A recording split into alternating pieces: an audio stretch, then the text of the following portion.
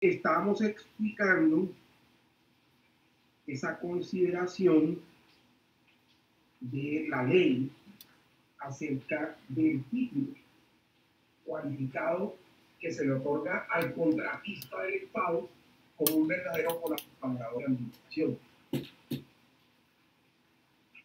Y decíamos que, si bien es cierto, no hace parte del régimen jurídico de la organización administrativa, pues el mismo contrato establece una serie de herramientas para el cumplimiento del objeto del contrato.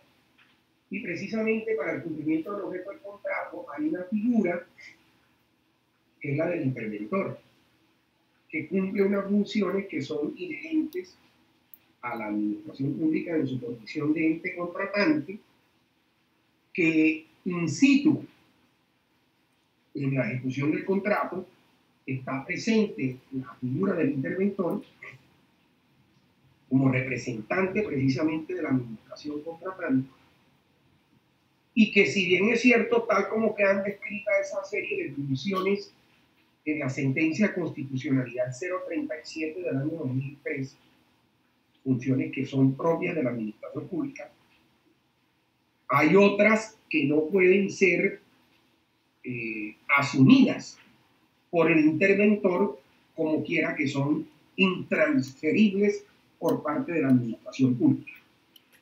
Y esto lo hace ver el Consejo de Estado en la sentencia que mencioné antes del descanso, que es la sentencia del 10 de diciembre de 2015, la 55830, en donde el Consejo de Estado reitera que el interventor lo que adelanta básicamente es una función de verificación y control de la ejecución contractual, pero que no le compete declarar el incumplimiento al contratista y mucho menos proferir actos administrativos en ese mismo sentido. El interventor se obliga a entregar por escrito sus órdenes o sugerencias dentro de los términos del respectivo contrato. Y señala el mismo Consejo de Estado que la función del interventor es de intermediación entre la entidad contratante y el contratista, dirigida a cumplir el control y vigilancia de la correcta ejecución de las obligaciones surgidas del contrato, y no la de sustituir o reemplazar a la entidad en la toma de decisiones, quien conserva dicha potestad y la ejerce a través de su propio representante legal, que adelanta las actuaciones que le corresponden en virtud de su posición de parte dentro de la relación negociada. Doctor. Es más, déjenme remato la idea de la decisión. Es más, el Consejo de Estado dice: el contrato de interventoría es una especie de contrato de consultoría. Es un negocio jurídico que, si bien se encuentra íntimamente relacionado al objeto del contrato de obra de manera especial, resulta independiente de estos en aspectos específicos como es la prórroga y el incumplimiento. Es decir, usted no puede aceptar que un interventor sea el que conceda la prórroga en el plazo de ejecución del contrato. Eso es un tema propio de quién, del representante legal de la entidad. Es el que tiene la competencia para tal fin. Ni, por ejemplo, la declaratoria de incumplimiento de un contrato.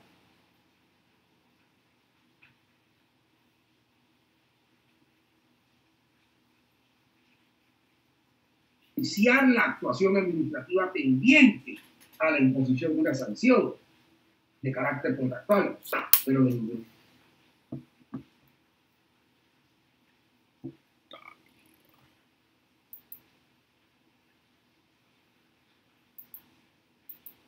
En la sentencia del 10 de diciembre de 2015, la 55830.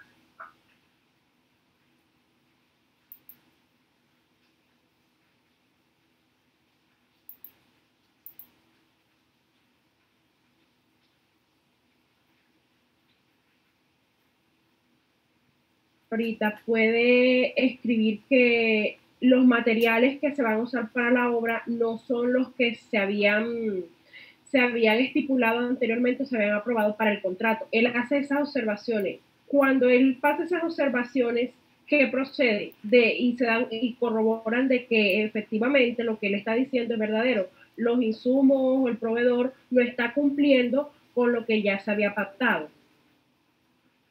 Estamos de acuerdo. El interventor puede llegar a hacer ese tipo de salvedades en lo que a su deber de vigilancia, inspección, control, verificación, asesoría y apoyo a la entidad pública.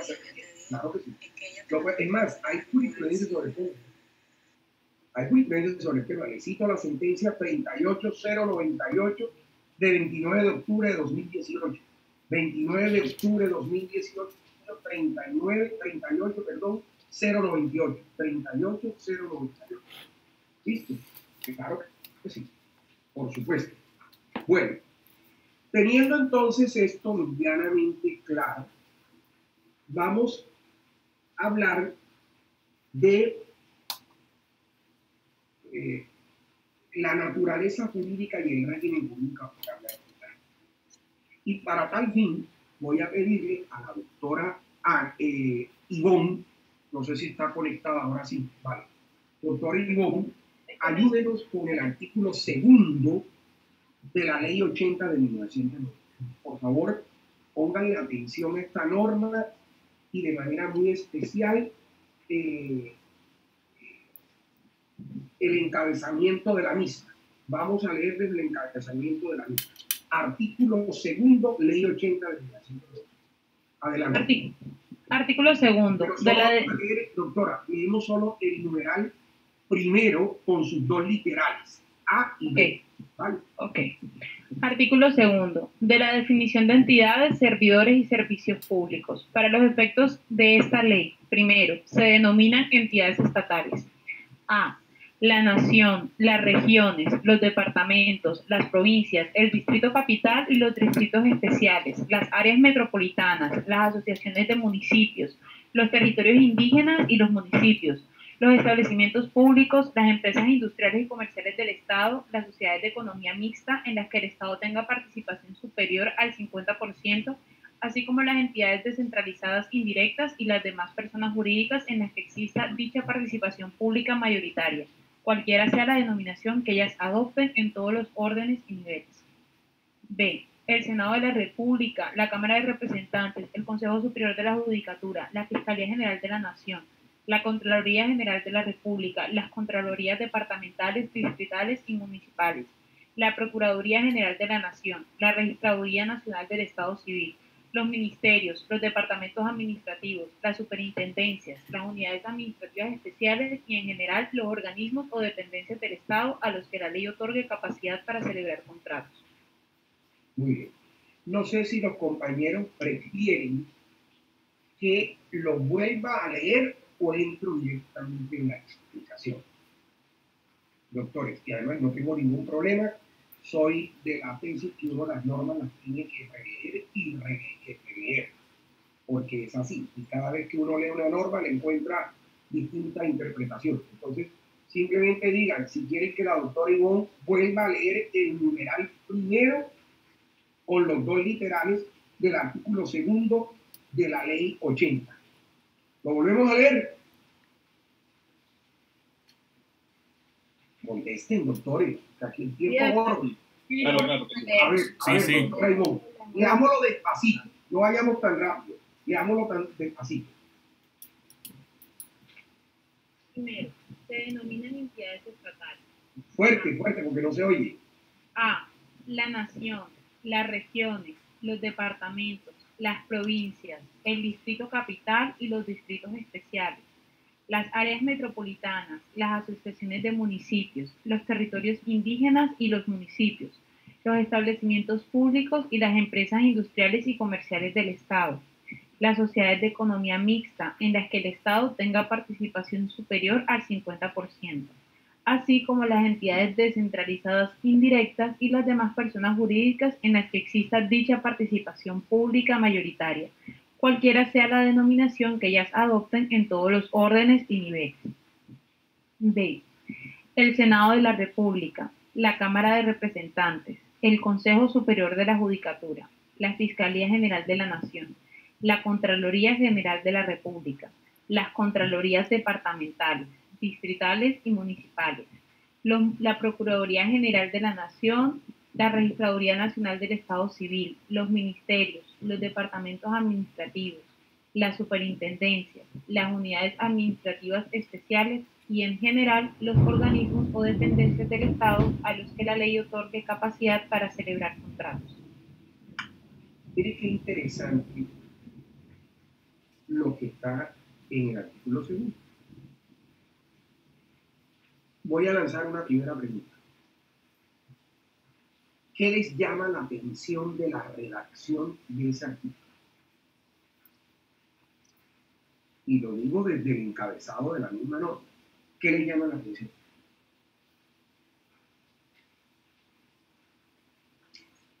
Profesor, Dígame, doctor Cini. lo que pasa es que hay una división entre dos características distintas, que quienes están arriba en el literal A tienen personería jurídica, y los que están en el B no lo tienen, pero la ley les da esa facultad. Vale, muy bien. Esa es la trascendencia de la norma. Pero fíjense,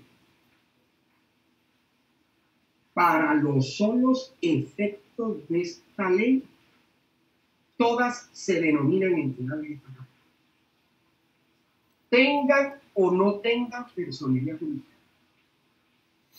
Y ojo, y tengan o no tengan régimen jurídico aplicable del Estatuto de Contratación. Porque para poder definir cuándo se está en presencia de un contrato estatal, poco importa el régimen jurídico aplicable. De lo que se desprende del artículo 2 es que si en la relación jurídico-negocial está presente una entidad estatal, no dude usted que estamos frente a un contrato estatal, con independencia del régimen jurídico aplicable. A propósito, bajo ese entendimiento es esa ecuación que en últimas es lo que a lo que nosotros nos vamos a dedicar. Contrato estatal igual entidad estatal más régimen de derecho administrativo más jurisdicción de lo contencioso administrativo. La cuestión está en poder establecer si en efecto todos esos elementos como tal se conservan de manera incólume. Entonces, entidad estatal más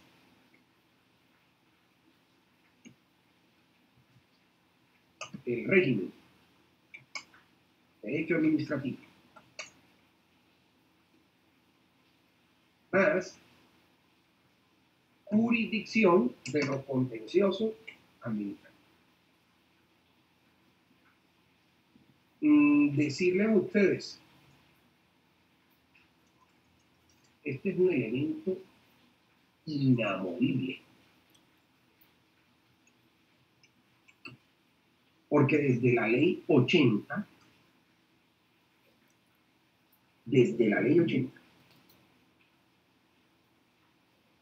el contrato es estatal en Colombia con la presencia de una entidad estatal. Esta ley acabó con esa clasificación que traía el anterior régimen de contratación administrativa. Estaba en el decreto ley 22 de 80. Y que a propósito del derecho europeo, sistema continental, se mantiene la dualidad de contratos administrativos y contratos de derecho privado de la administración. Eso se mantiene. En nuestro medio, ¿no? En nuestro medio toda relación jurídico bilateral de la administración se llama contrato estatal. Obvio. Esa relación que conlleva régimen obligacional, prestaciones y contraprestaciones. Esa que lleva contrato de por medio. La presencia de la entidad estatal. Tenga o no tenga personalidad jurídica. Obviamente que aquí hay un tema importante, dirán, oiga, ¿qué pasa cuando la entidad no tiene la personalidad jurídica y no tiene autonomía como tal presupuestal? ¿Eso cómo se come eso en la práctica? Doctora Ana, ayúdenos con la lectura del artículo 352 de la Constitución Política. Artículo 352 de la Constitución Política.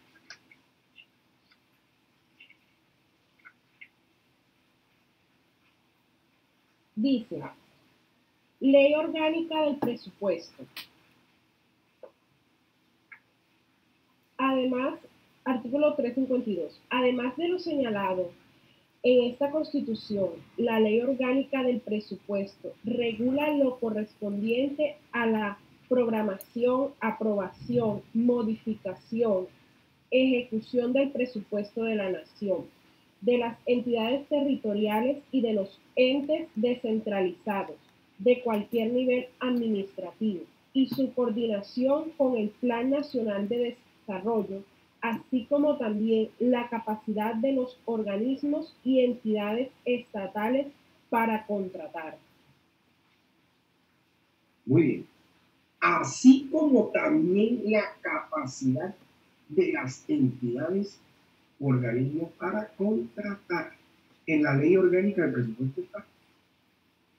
Y fíjese, esto es un tema que lo desarrolla la normativa que contiene la Ley Orgánica del Presupuesto, que para todos los efectos en Colombia es el Decreto Ley 111 de 1996, en cuyo artículo 110 se lee: los órganos que son una sección en el presupuesto general de la Nación tendrán la capacidad de contratar y comprometer a nombre de la persona jurídica de la cual hagan parte y ordenar el gasto en desarrollo de las apropiaciones incorporadas en la respectiva sección, lo que constituye la autonomía presupuestal a que se refieren la Constitución Política y la ley. Estas facultades estarán en cabeza del jefe de cada órgano, quien podrá delegarlas en funcionarios de nivel directivo o quien haga sus veces, y serán ejercidas teniendo en cuenta las normas consagradas en el Estatuto General de Contratación de la Administración Pública y en las disposiciones legales vigentes. En la sección correspondiente a la rama legislativa, estas capacidades se ejercerán en la forma arriba indicada y de manera independiente por el Senado y la Cámara de Representantes. En la sección correspondiente a la rama judicial serán ejercidas por el Consejo Superior de la Judicatura. Igualmente, en el caso de la Jurisdicción Especial para la Paz, serán ejercidas por la Secretaría Ejecutiva de la misma. En los mismos términos y condiciones tendrán estas capacidades las superintendencias, unidades administrativas especiales, entidades territoriales, asambleas y consejos, contralorías y personerías territoriales y todos los demás órganos estatales de cualquier nivel que tengan personería jurídica. En todo caso, el presidente de la República podrá celebrar contratos en nombre de la Nación. Artículo 110 del Decreto Ley 111 del 96, como desarrollo del artículo 352 de la Constitución Política. Normas que son perfectamente concordantes, que van en armonía con el artículo 2 de la Ley 80 de 1993 para efectos de poder establecer la asignación de recursos públicos en contratos, incluidas aquellas entidades estatales que no gozan de personalidad jurídica. Mire, utiliza el artículo 2 un verbo, podríamos decir el rector ahí, que es el de celebrar. Entiéndase celebrar como un verbo presente en toda la actuación contractual.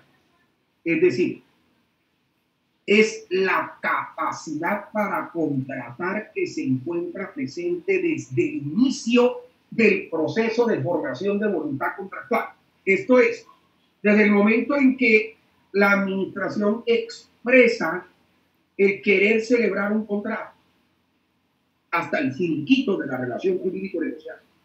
Eso es un elemento que debe estar presente. Fíjese, es cierto que el artículo 2 de la ley 80 de lo que habla es de una competencia objetiva o externa. Esto es en cabeza de la entidad estatal.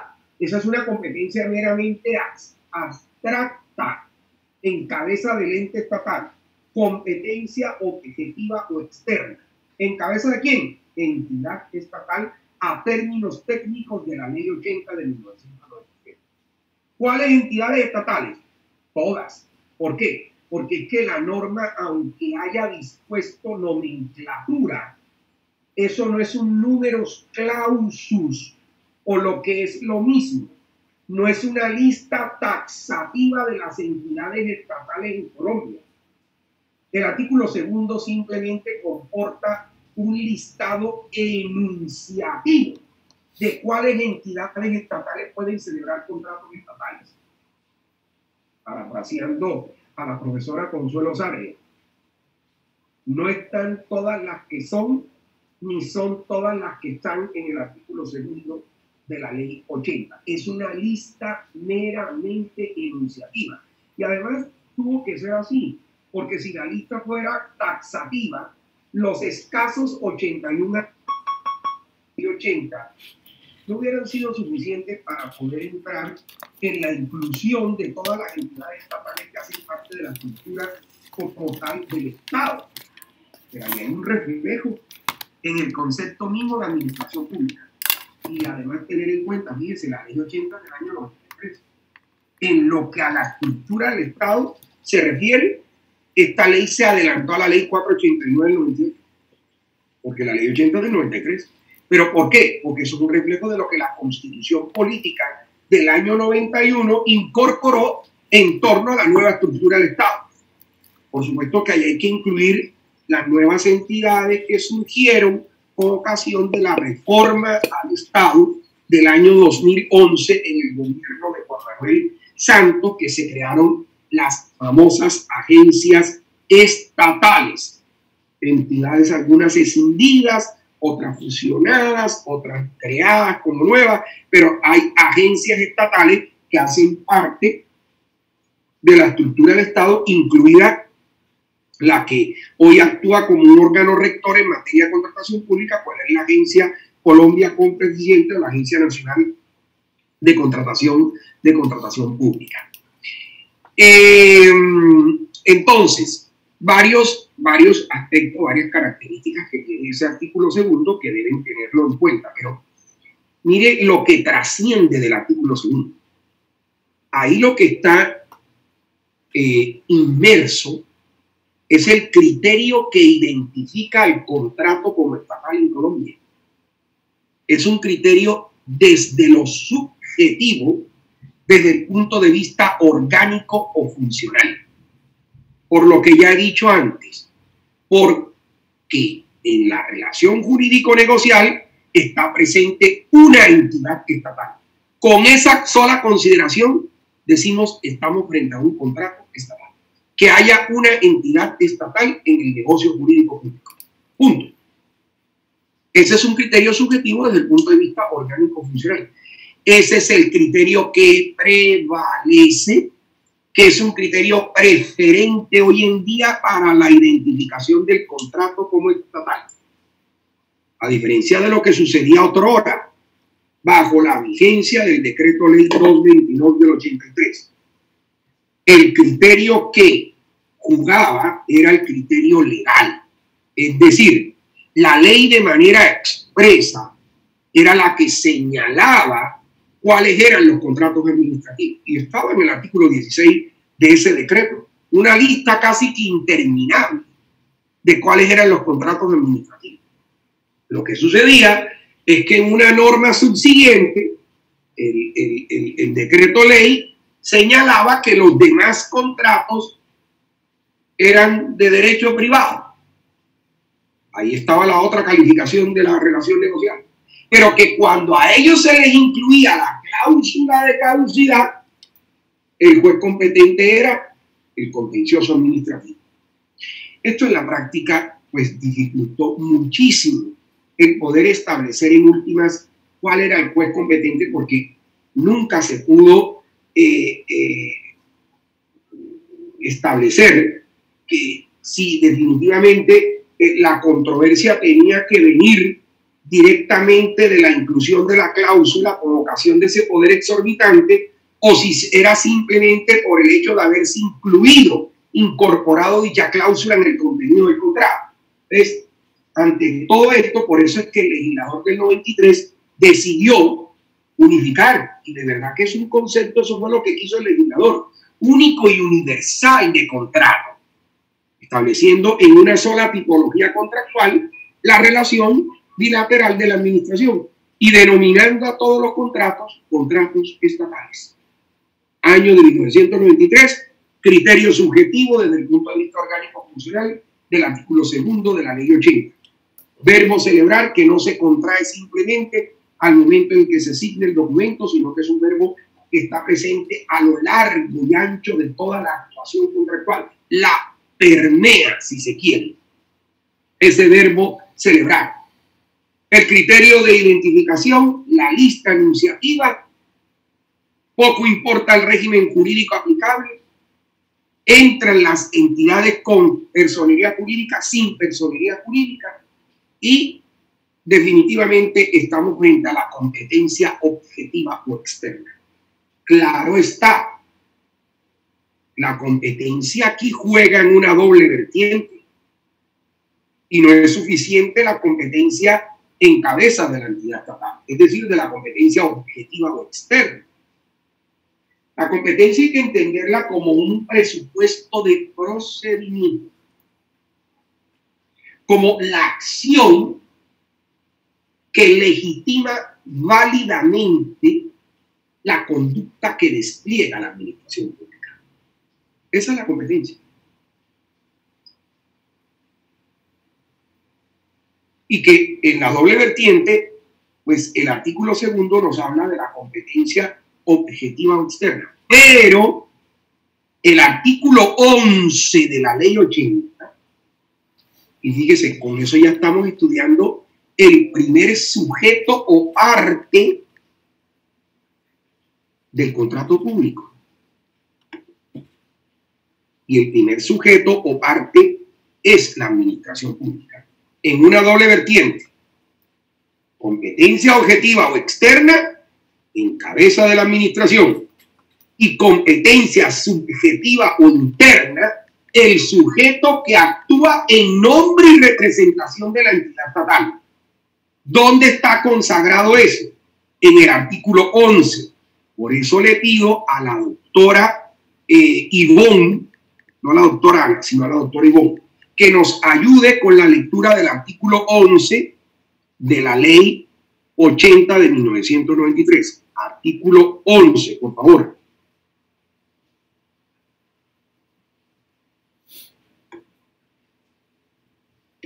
Ya lo estoy buscando, doctor. Vale.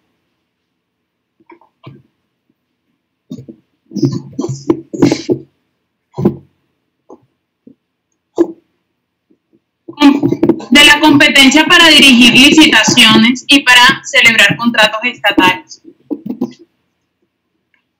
Adelante. De la competencia para dirigir licitaciones y celebrar contratos estatales. Algunos se preguntarán, óigame, el título solo habla de licitaciones, y entonces ¿en qué quedan las otras modalidades de selección? Es que solo habla de la licitación porque la licitación pública, como ustedes lo van a ver, es el único procedimiento o modalidad de selección que se encuentra regulado en la ley. Los demás procedimientos, si bien están mencionados porque han sido regulados por ley, su verificación en lo que a procedimiento se refiere está en el decreto reglamentario. A la licitación no le pasa eso. La licitación sí tiene toda su regulación en mención y en etapas en la ley. Por eso se habla de la competencia para dirigir licitaciones y para celebrar contratos estatales. Empecemos, por favor. Numeral primero. La competencia para ordenar y dirigir la celebración de licitaciones y para escoger contratistas será del jefe o representante de la entidad según el caso. Muy bien. Mire, ahí aparece la cláusula general de competencia. Será del jefe o representante de la entidad según el caso. Y es una cláusula general de competencia y fíjese que el legislador no se metió a hacer distinciones en cuanto a la denominación, al nomen iuris de quien comanda o dirige la entidad. No, eso no lo hizo el legislador. Habla a secas del jefe o representante de la entidad. Y eso será a nivel interno, por un tema de reglamento, un tema estatutario o de la misma ley, la que establezca cuál es la denominación de quien es el jefe o representante de la entidad.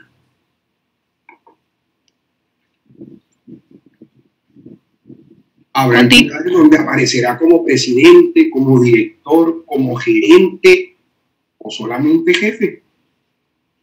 Depende de la naturaleza jurídica de la entidad estatal.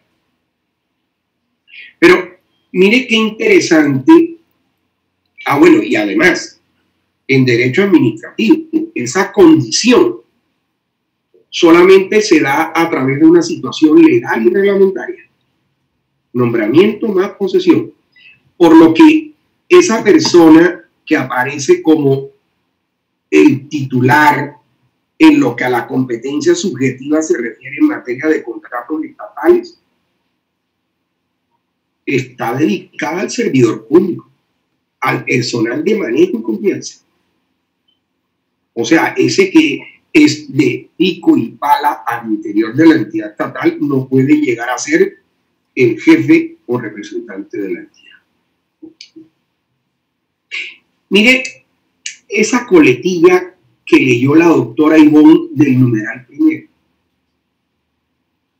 La dirección de los procesos de licitación y la suscripción de contratos corresponde al jefe de la entidad según el caso o según sea el caso. Esto está relacionado, y yo creo que ustedes ya estudiaron esa figura, con la posibilidad que hay del tema de colaboración interdependencial al interior de las entidades por una cuestión de organización del trabajo,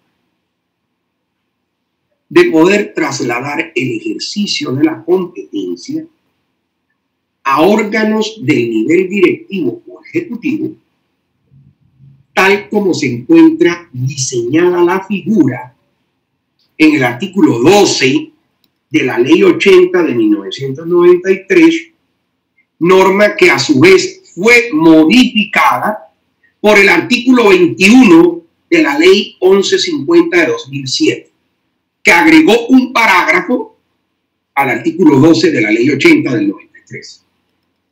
Me estoy refiriendo a la figura de la delegación administrativa, que es perfectamente posible en materia de contratación estatal.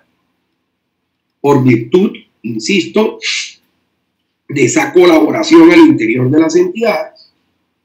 Es un desarrollo, como lo dicen los numerales 9 y 10 del artículo 25 también de la Ley 80, desarrollo del principio de economía. Desarrollo del principio de economía en contratación estatal. Traslado en el ejercicio de la competencia, que además tiene fundamento constitucional. Insisto que ustedes eso lo habrán estudiado en clases anteriores. Pero bueno, para recordar un poco, doctora Ana Baquer, vamos a leer el penúltimo y el último inciso. Penúltimo y último inciso del artículo 211 constitucional. Artículo 211 constitucional.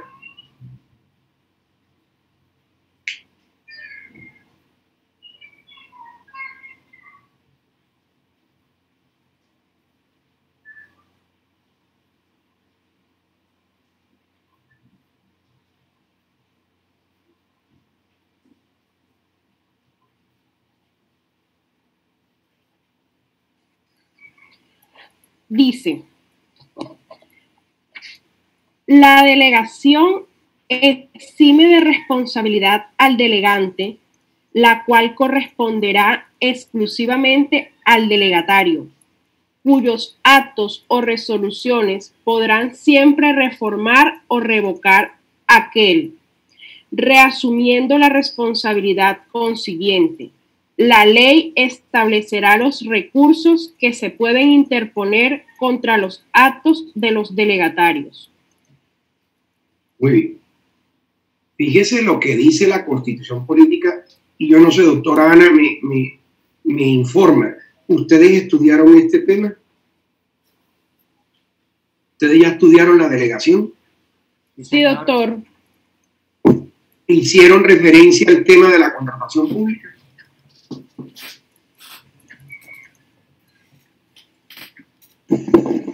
¿O no? No, doctor. Ese lo estudiamos en la ley 489 de 1998, pero no hicimos referencia a la contratación. O sea, estudiando el parágrafo del artículo 12 de la ley 489, no hicieron referencia a la contratación, ¿no? ¿No? Pero estudiaron sentencias de constitucionalidad como la 727 del año 2000 y la 378 del año 2002. Sí, señor. No sé si tienen claro los conceptos, que es lo que me interesa. Fíjese, y alguien que vaya buscando la ley 489 y se sitúe en el parágrafo del artículo 12 de la misma, parágrafo del artículo 12. Fíjese, la Constitución Política, por estar metiéndose en temas que no le correspondían desarrollar, confundió esta figura con la desconcentración. Cuando dice, la delegación exime de responsabilidad al delegante, la que corresponderá exclusivamente al delegatario. ¿Aló? Y además remata esa norma en las características que son inherentes a la delegación. Mire la contradicción. Diciendo, es que el delegante puede reasumir la función en cualquier momento y hasta revocar el acto del delegatario. Esas son las características propias de la delegación. Y si esto se hubiera interpretado a rajatabla bajo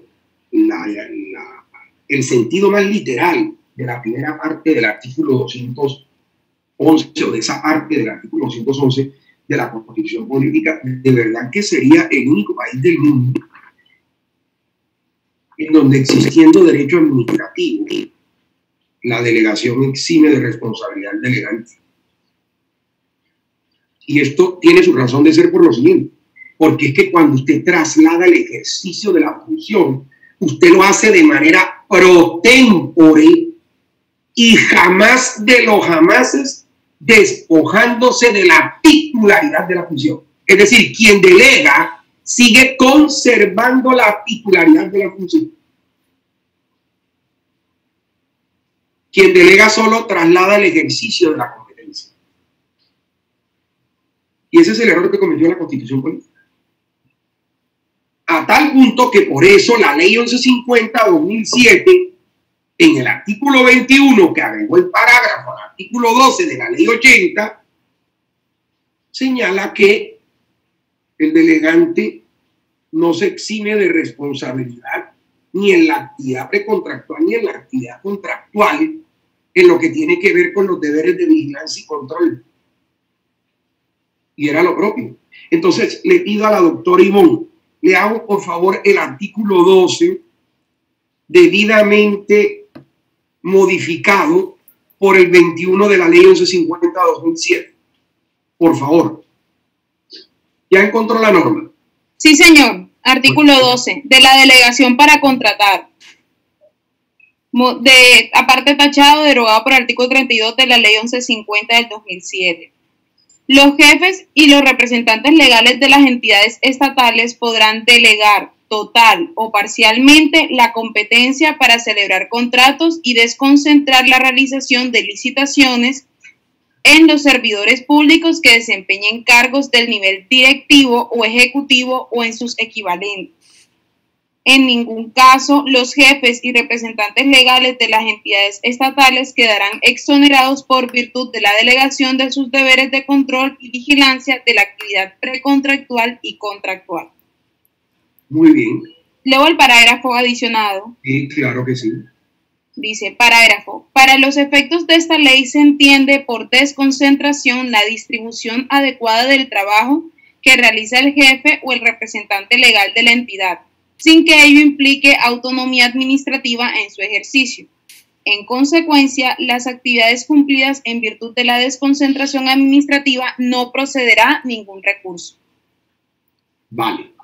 Y ahora vámonos, no sé, alguien que le pedí, no sé quién será, que nos lea el parágrafo del artículo 12 de la Ley 489 de 1998. Parágrafo. Artículo 12. Parágrafo. En todo caso relacionado con la contratación, el acto de la firma expresamente delegada no exime de la responsabilidad legal, civil y penal al agente principal. Mire lo que está diciendo. Leámoslo nuevamente, por favor. Parágrafo. En todo caso relacionado con la contratación, el acto de la firma expresamente delegada no exime de la responsabilidad legal, civil y penal al agente principal. La Corte Constitucional, en las sentencias que mencioné antes y que me han dicho ustedes que las leyeron, dijo claramente que el parágrafo del artículo 12 se refiere a la figura de la delegación de firma.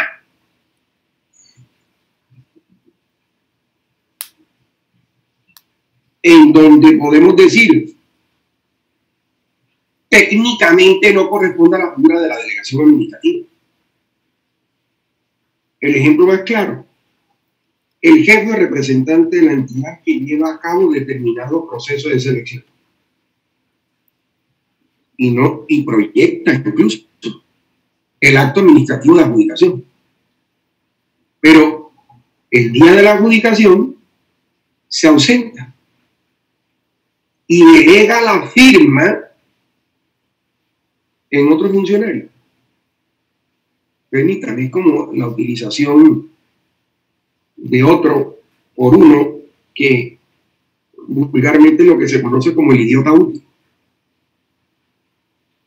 Y antes de que se expidieran las sentencias, pensaban, sobre todo a nivel local, alcaldes y gobernadores, que con esa delegación había eximente de responsabilidad. Nada más alejado de la realidad.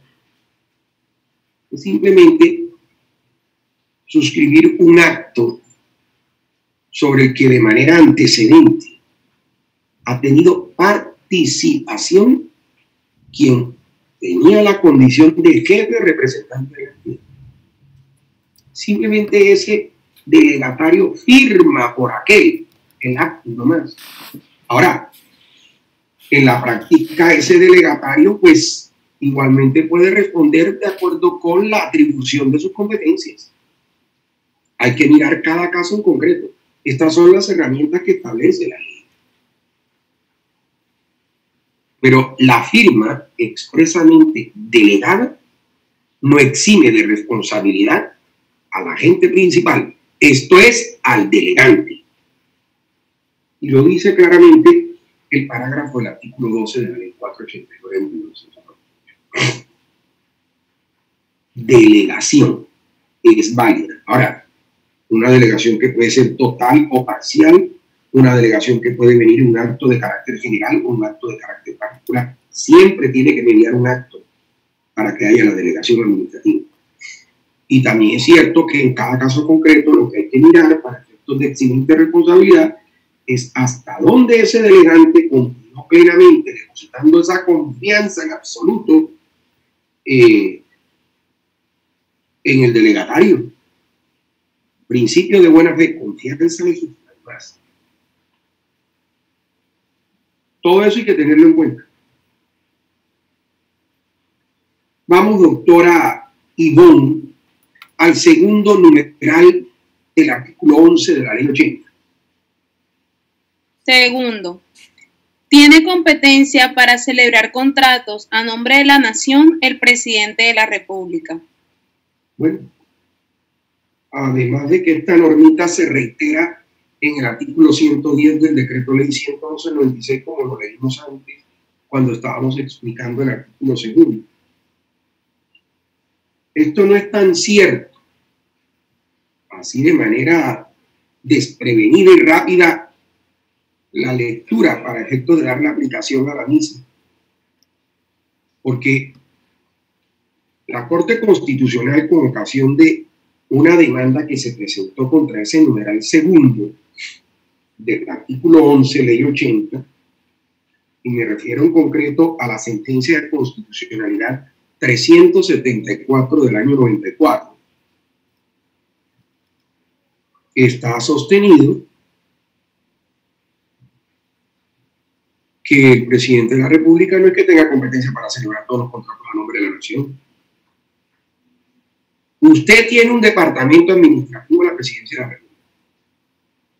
Y eso tiene una competencia. Es más, usted, señor presidente, ni siquiera en la práctica funge como tal, porque el secretario general de la presidencia es el que actúa como director del DAPRE.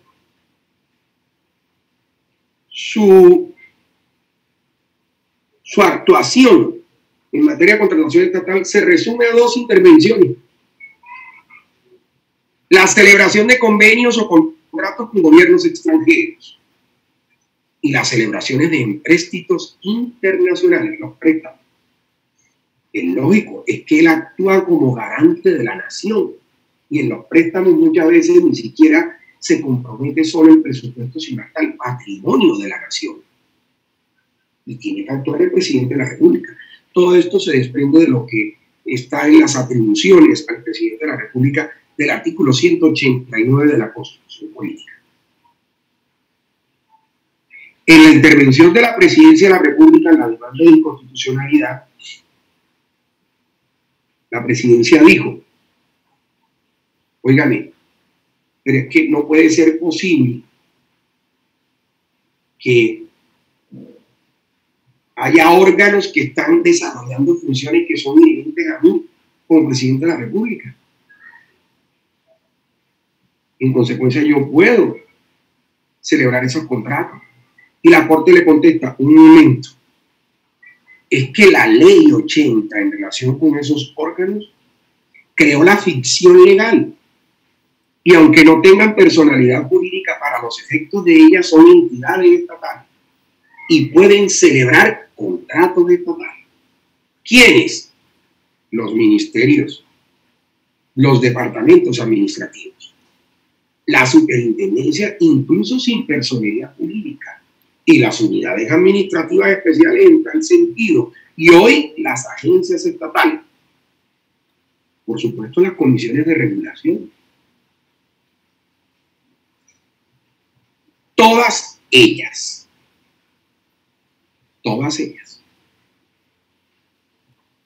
pueden celebrar contratos de manera directa. ¿Por qué? Porque la ley las ha autorizado. Es decir, tienen capacidad, o en otros términos más de derecho administrativo, competencia, porque stricto sensu nosotros no decimos nunca la administración pública tiene capacidad, eso no lo decimos nunca. La administración pública tiene la competencia, pero subyace el tema de la capacidad. Y fíjese que la consecuencia jurídica de cara a actuar sin competencia es la misma consecuencia jurídica en punto de eficacia del negocio jurídico. Es decir, si no hay capacidad, si no hay competencia, el negocio nace viciado por nulidad absoluta, por pretermitir un requisito de validez de lo que trata el artículo 1502 del Código Civil. ¿Y cuál es? La aptitud, con P de Pedro, la potestad, facultad, poder que el ordenamiento jurídico positivo le otorga a las personas para ser sujeto de derecho y para contraer obligaciones. Esa es la competencia, esa es la capacidad en últimas. La del artículo 1502 del Código Civil.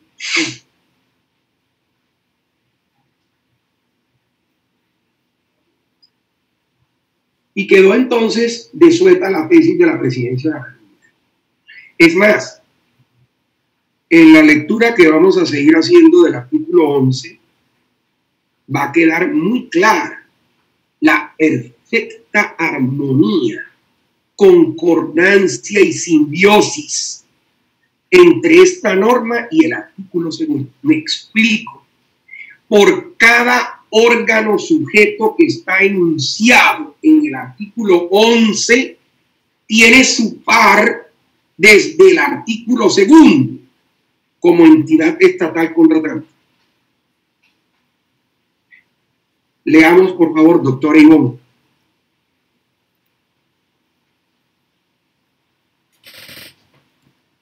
Ok. Numeral tercero. Tienen competencia para celebrar contratos a nombre de la entidad respectiva. A. Los ministros del despacho. Hasta ahí. Fíjese, los ministros del despacho. ¿A dónde? Pues nos vamos al artículo 2, los ministerios. La nación. Y así sucesivamente sigamos leyendo, doctora Ivonne. Los directores de departamentos administrativos, los superintendentes, los jefes de unidades administrativas especiales, el presidente del Senado de la República, el presidente de la Cámara de Representantes, los presidentes de la sala administrativa del Consejo Superior de la Judicatura y de sus consejos seccionales, el fiscal general de la Nación, el Contralor General de la República, el Procurador General de la Nación y el Registrador Nacional del Estado Civil. B.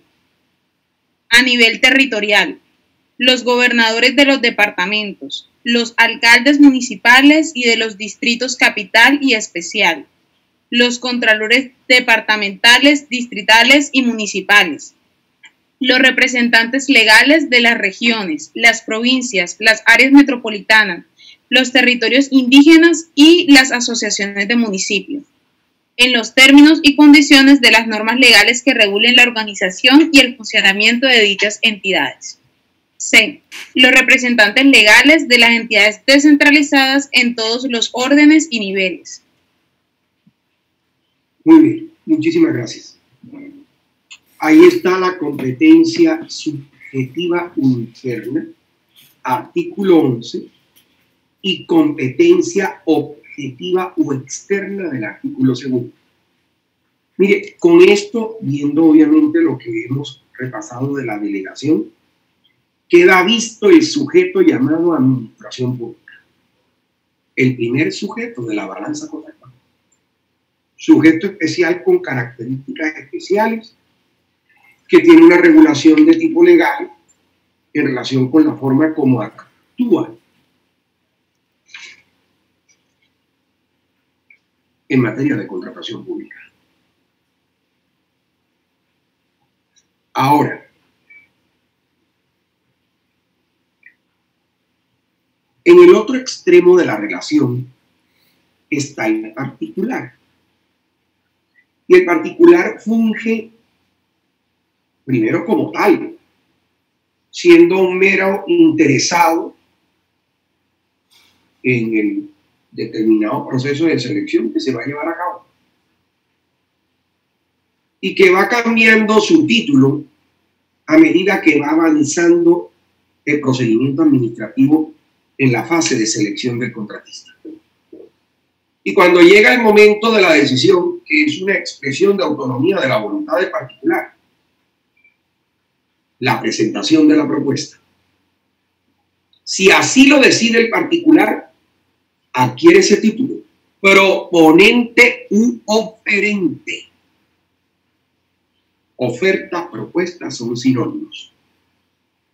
Claro, es que cuando presenta propuesta es cuando se nota que el particular está inmerso en un negocio jurídico. Además, su propio negocio jurídico. de promesa unilateral futura con carácter recepticio. Esa es la oferta. Negocio jurídico de promesa unilateral futura con carácter recepticio. Irrevocable, que mantiene las condiciones tal como aparecen fijadas al momento mismo de la presentación. Irrevocable. Oferente. Entonces, primero, interesado particular. Segundo estadio, oferente proponente. Tercer estadio o momento del particular, cuando hay aceptación definitiva de la propuesta. Hay un título que tiene más derecho adquirido, el de adjudicatario del procedimiento de selección. Ojo, en contratación pública, la mera presentación de la oferta no genera una vinculación jurídica automática. La mera presentación de la oferta lo que implica simplemente es una mera expectativa de que posiblemente va a ser el adjudicatario del procedimiento de selección. En cambio, cuando se acepta su propuesta de manera definitiva por medio de la expedición del acto administrativo de adjudicación, ahí sí hay un derecho adquirido.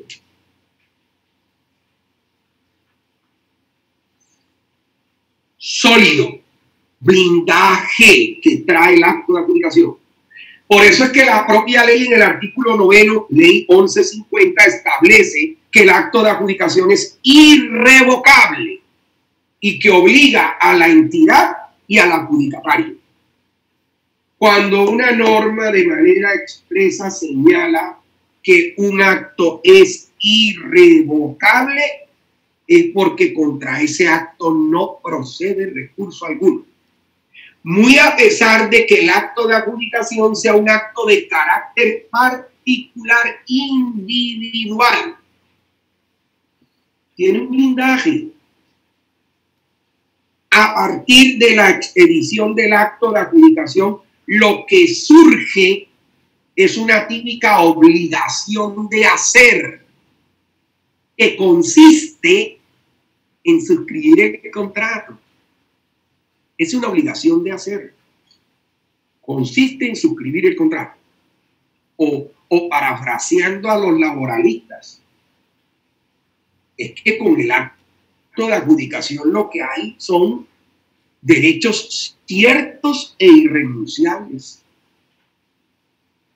Hay un derecho consolidado en la teoría de los derechos adquiridos con el acto de adjudicación. Y como lo dice bajo el principio de economía de la ley 80, numeral octavo del artículo 25, es que cuando se expide el acto de adjudicación, este ni siquiera está sujeto a aprobaciones posteriores, precisamente porque a partir de dicho acto surge una obligación de hacer. ¿Con qué se debe cumplir? Pues con el término que de manera previa en los pliegos de condiciones se ha consignado para efectos de poder llegar a celebrar el contrato estatal. Eso es lo que hay que tener en cuenta.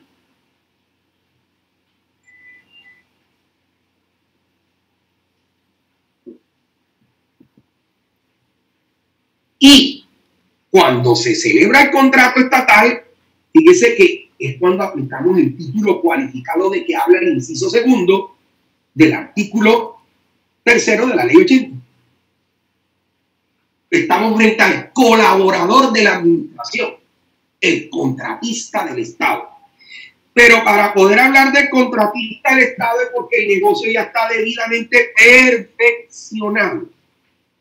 En las horas de la tarde, cuando estemos estudiando las características del contrato estatal, vamos a llegar al punto del perfeccionamiento del contrato y cómo se perfecciona el contrato estatal. A partir de ese momento está la calidad del contratista del Estado. La ley de contratación pública, llámese ley 80, ley 1150, Y la ley 1882 ni siquiera regula eso. No introduce ninguna norma especial en la forma como deba presentarse el particular, como deba acceder al contrato público. Y tiene su razón de ser. ¿Por qué? Porque eso es un tema de la ley civil, de la ley comercial. Hay un respeto por esas normas sobre la capacidad jurídica y la forma de acceder. Es decir, el sujeto en su variante, cómo puede presentarse al contrato. ¿Y con base en qué? En las normas legales vigentes sobre la materia. ¿Y cuáles son las normas legales vigentes sobre la materia? Pues las que están en el Código Civil y el Código de Comercio, porque los temas de capacidad no son del resorte de un estatuto de contrato de la administración pública. Eso ya lo dijo la Corte en la sentencia de constitucionalidad 178 de 1996. Recién se expidió la ley 80 del 93. Ahora, claro que hay una norma genérica sobre la capacidad, de la capacidad para contratar con el Estado. Doctora Ivonne, vamos al artículo 6 de la ley 80 del 93, por favor. Ya voy.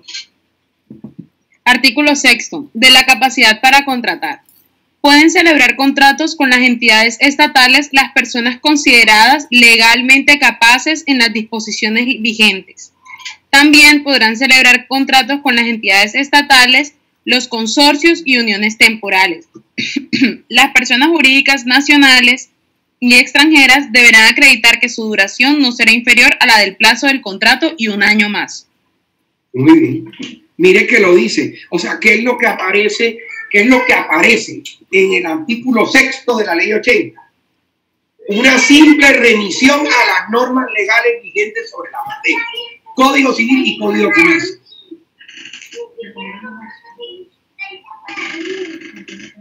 Capacidad para contratar. La del artículo 1502 y siguientes del Código Civil. Personas naturales y personas jurídicas, Código de Comercio, sociedades comerciales en cualquiera de sus modalidades. ¿Cuál es la única restricción que trae la ley civil? Los impedimentos para contratar. ¿Y de qué se trata? De las causales de inhabilidad e incompatibilidad, perdón, de impedimento a las causales de nulidad absoluta y de nulidad relativa, las que están en el Código Civil.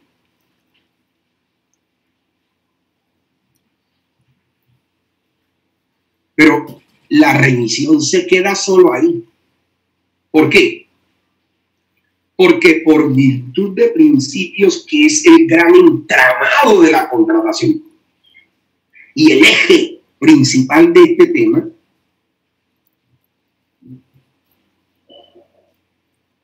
la transparencia y la moralidad administrativa exigen que, además de los impedimentos de que trata el Código Civil, las personas que deseen acceder al contrato público no podrán ser inhábiles y no podrán estar incursas en causales de incompatibilidad.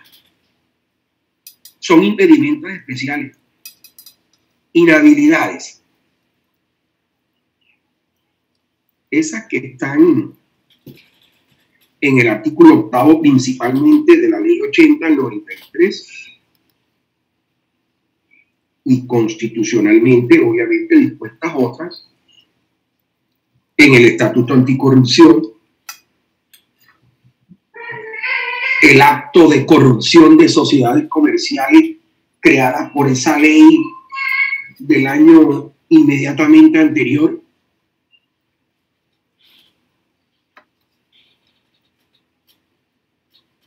impedimentos que devienen de sanciones penales, disciplinarias, fiscales, civiles. Esa es la inhabilidad. Y la imposibilidad de coexistencia de dos actividades. Usted, siendo servidor público, no puede ser contratista. Mire, incompatibilidad, inhabilidad, es una restricción para contratar con el Estado. Ahí está restringida la capacidad. Como lo está cuando en el artículo 6 de la Ley 1150/2007,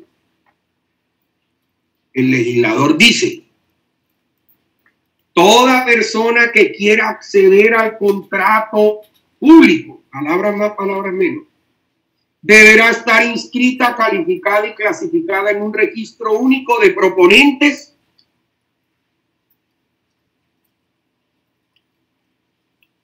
es decir, el RUP, lo que llevan las cámaras de comercio. Esa redacción hoy es genérica. Esa redacción hoy es genérica.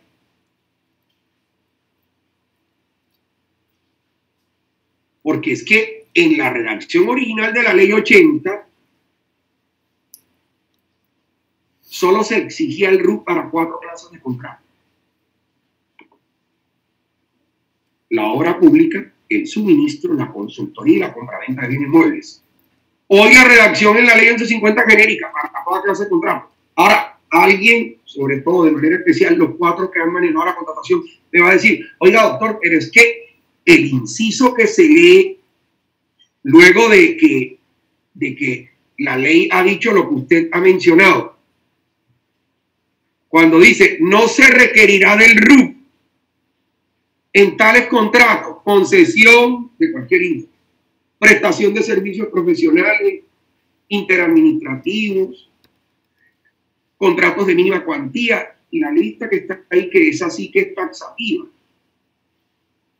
Ojo, doctores, es que cuando la ley dice no se requerirá, no es que se esté prohibiendo. Cuando la ley dice no se requerirá, es que no es obligatorio, es distinto. Eso es diferente. Ahora, si la ley a mí me da la gabela de que no sea obligatorio, ¿para qué lo pido? Por supuesto, ¿para qué lo pido? Entonces, cuando ustedes les pregunten restricciones a la capacidad para contratar: 1, inhabilidades e incompatibilidades, y 2, la inscripción en el registro único de proponentes, el RUP.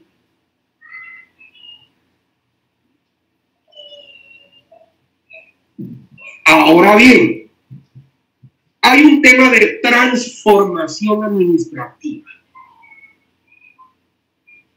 que es lo que hace diferente este contrato al contrato de derecho privado, el que celebran los particulares. Y por supuesto, eso hace que haya un régimen jurídico especial.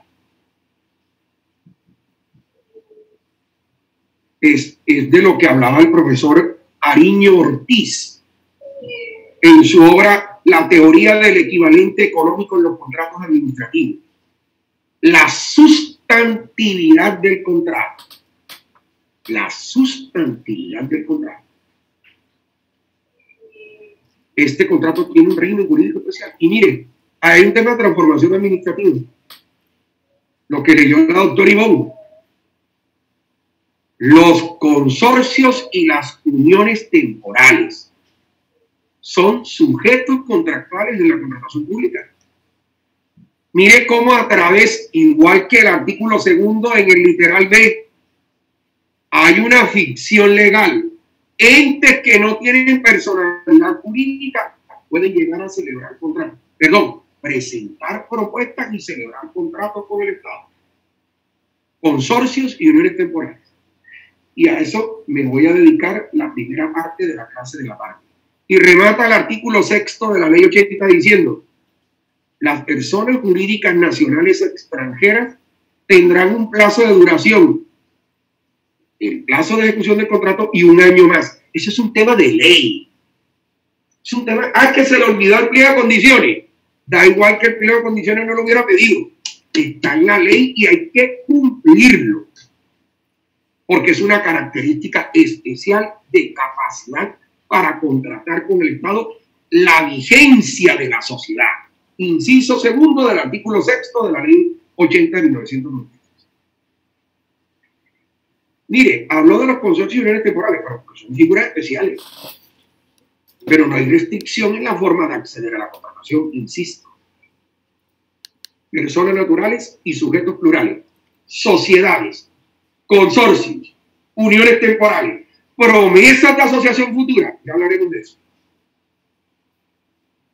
y sociedades con objeto único, también está regulado en la ley. Por eso, ahora que regresemos de almorzar, iba la doctora Ivonne que tenga abierta la ley 80 en el artículo séptimo. Artículo séptimo. ¿Listo? 12:57. Sí, señor. Vayan a almorzar. Yo sé que hay algunos que tienen que cocinar algo. Ahí veo al doctor Carlos Alberto, muy dedicado a su oficina. Tremenda biblioteca y toda esa vaina. Muy bien. A propósito, ¿están todos en Barranquilla o hay gente que está por fuera? En La Guajira. Cartagena. ¿Quiénes son? Santa Marta. Cartagena. Bogotá. Santa Marta. Santa Marta y Bogotá. ¿Quiénes están? Tibijay. Yo. María Camila. Sí, señor. ¿Por qué si está en Bogotá haciéndole en Barranquilla? ¿Cómo es eso? Doctor, porque, bueno, inicialmente yo soy de la ciudad de Cartagena, residía en la ciudad de Cartagena y en el trámite de la especialización me salió una oportunidad laboral en Bogotá y me tocó trasladarme a la ciudad. Ah, vale. ¿Y esta es la única cartagenera que hay aquí? No. No. Hay más personas. ¿Quiénes son mis paisanos? Ustedes saben que yo soy de la Heroica, ¿no? Ah, ya. Jorge Borré. Yo soy de Bolívar. El doctor Yo Borré. soy de Bolívar, doctor. De Zambrano, Bolívar. Por la Chicacorina, el pescado, la cosa. Jorge Borré, cartagenero. Zambrano de los Diputados, muy bien. ¿Quién más? Jorge Borré, cartagenero. Jorge Borré, ¿quién más? La doctora Ana, el doctor Borré, la doctora... Yeris, muestra tu casta cartagenera, Yeris. Claro, ¿dónde está? Que la muestre. Yo, doctor. Hola. La cámara. Esto. Tengo la cámara, doctor. Muy bien. Nuestra ciudad inundada. Bueno, qué cosa tan terrible. Totalmente. Terrible. Parece una trocha la avenida Santander. Sí. ¿Quién más está en Sincelejo? ¿No hay gente de Sucre? Sí, yo, doctor. Uriel Requena, ¿de dónde es usted? De acá de Sincelejo. Yo por adhesión soy sucreño. Claro, yo también, doctor, de ahí me la niego. Es cincelejana. Córdoba, ¿quién? ¿No hay gente de Córdoba? No. No. ¿San Andrés? Tampoco. Tampoco. O sea, hay gente de La Guajira, Sucre, Bolívar y por supuesto Atlántico. Magdalena. Y Magdalena, exacto. Santa Marta, Ciénaga. Pibijay. Pibijay, gente de Magdalena, bien. Bueno, me alegra. Pues nada, vayan a almorzar. No vayan a almorzar ni frijoles, ni pescado frito, ni nada de esa vaina. O si no, aquí se me vienen a dormir.